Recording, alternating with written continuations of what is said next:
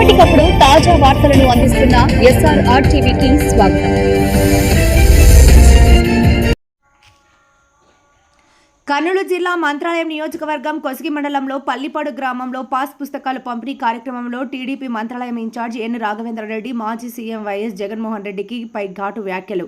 గత ప్రభుత్వంలో రైతులను మోసం చేయాలనే ఉద్దేశంతో పాస్ పుస్తకాలపై తన బొమ్మలు వేసుకోవడం, పాస్ పుస్తకాలతో పాటు విద్యార్థులు చదివిన పుస్తకాలపై కూడా తన బొమ్మ వేసుకుని పైశాచికత్వాన్ని ప్రదర్శించాడు. కానీ కూటమి ప్రభుత్వంలో ముఖ్యమంత్రి నారా చంద్రబాబు నాయుడు అమలు చేసిన ప్రతి పథకం రాజముద్రతో ప్రజలకు అందజేస్తున్నామని మంత్రాలయం టీడీపీ ఇన్ఛార్జ్ రాఘవేంద్రరెడ్డి తెలిపారు. కొసగి మండలం పల్లెపాడు గ్రామంలో రాజముద్ర పాస్ పుస్తకాల పంపిణీ కార్యక్రమంలో పాల్గొన్న ఆయన రాష్ట్రంలోని ప్రతి రైతుకు ఆర్థిక భరోసా కల్పిస్తామని అన్నారు. ఈ కార్యక్రమంలో రెవెన్యూ అధికారులు, రైతులు పాల్గొన్నారు.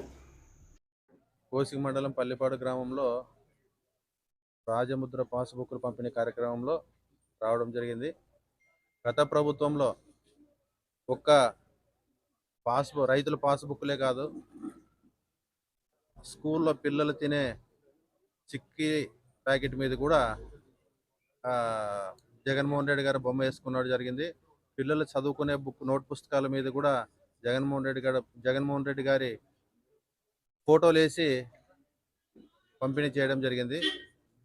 అంటే మా ముఖ్యమంత్రి గారు 4 సార్లు ముఖ్యమంత్రి అయిన ముఖ్యమంత్రి గారు వేయాలనుకుంటే ఈరోజు రాష్ట్రంలో మొత్తం ప్రతి ఇంట్లో అనే ఉద్దేశంతోనే ఆ రోజు ఎక్కడ కూడా మా ముఖ్యమంత్రి గారు ఓటు వేయించుకోలేదని చెప్పి తెలియజేస్తున్నా. ఈరోజు మొన్న గత వైసీపీ ప్రభుత్వంలో ప్రతి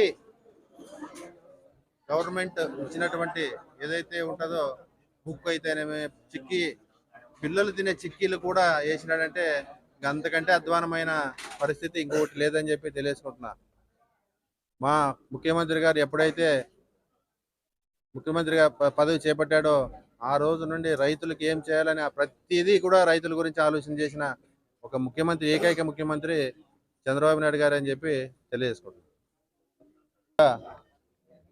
ఆ రోజు 12,000 రైతు భరోసా కింద ఇచ్చేది ఈరోజు అన్నదాత సుఖీభావ కార్యక్రమం పెట్టి ప్రతి రైతు కళలో చిరునవ్వు చూడాలనే ఉద్దేశంతోనే ఈరోజు రైతులకు కూడా 20,000 రూపాయలు మాట ఇచ్చాడు. 20,000 రూపాయలు కూడా మొన్న రెండు సార్లు అకౌంట్లో కూడా 7,000 రూపాయలు కూడా వేయడం జరిగింది.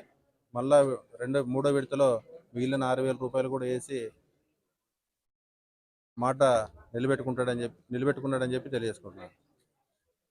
ఉల్లి రైతులకు కూడా మా ముఖ్యమంత్రి గారు ఆ నష్టాన్ని గమనించి ఏదైతే మాట ఇచ్చాడో ఆ మాట ప్రకారంగానే ప్రతి రైతుకు డబ్బులు అందే విధంగా రేపు 3వ తారీఖు కోడుమూరులో మా మంత్రి గారు వచ్చి లాంచ్ చేయబోతున్నారని చెప్పి తెలియజేసుకుంటున్నాను.